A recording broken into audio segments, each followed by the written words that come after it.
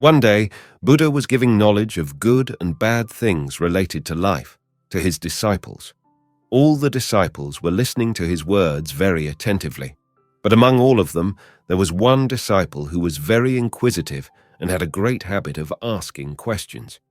He got up and went to Buddha and said to him, "What is the use of all that you are teaching to us about life, when many of us do not even know the value of our life and how precious this life is to us?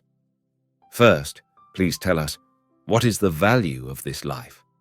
Hearing his disciples' words, Buddha went to his chamber and brought back a piece of shining stone. He gave that piece to his disciple and said, "I will tell you the value of this life only when you find out the true value of this stone. Also, keep in mind that you do not have to sell this piece of stone to anyone." Following the advice of Buddha, the disciple went out towards the market. First, he met a fruit seller in the market. He showed the stone to the fruit seller and said, "How many fruits can you give me in exchange for this stone?"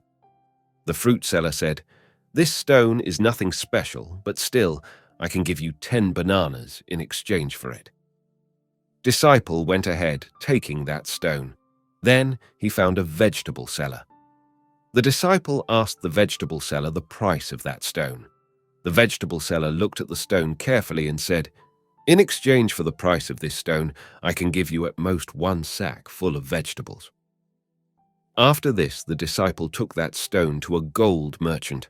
As soon as the goldsmith saw the shining stone, he priced it at 100 gold coins. When the disciple refused to sell the stone, the goldsmith agreed to give 200 gold coins in exchange. But the disciple did not sell that stone. After this, the disciple went to a diamond merchant and placed the piece of stone in front of him.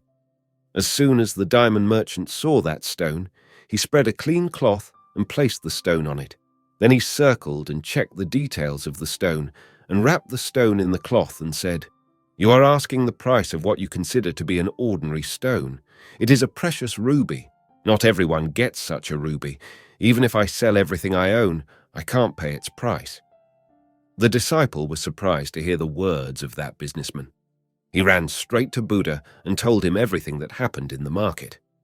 Hearing his surprised words, Buddha said, "The answer to your question lies in the value of this ruby itself.